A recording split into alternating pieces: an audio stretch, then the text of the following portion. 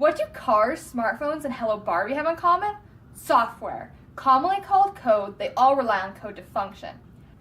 Hi, I'm Josephine Martin, and I'll show you how to get started with Java using BlueJ and Karel The Robot.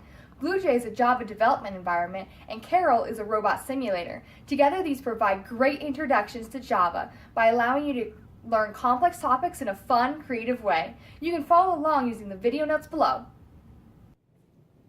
Let's start with methods. Methods are commands to complete a task. When you have a series of methods, you can stitch them together to create a program that does multiple tasks with logic that controls when things happen.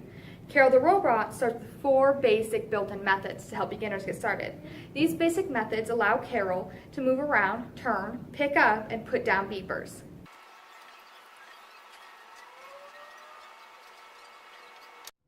After that, you, the coder, using these basics can create more complex and useful methods. For example, what if you want Karel to turn right, but Karel can only turn left? So to turn right, you have to code a turn right method using 3 left turns. The code will look a little something like this. Everything that your method would do is included within the brackets of the method. This means when you call on your new method in your code, the code will reference and complete the commands inside the method. Now that you know the basics, let's move on to something a little more complex, like the method moveMany. moveMany is handy because it allows you to move multiple spaces at one time. This method requires an input of how many spaces you want your robot to move. This input is in the form of an integer variable called spaces. This method also uses a for loop to count and imply the right amount of moves to match your input. This method allows Karel to move many spaces at once. The key thing about methods is that they allow you to create simple, reusable building blocks that make it easier for you to perform even more advanced operations.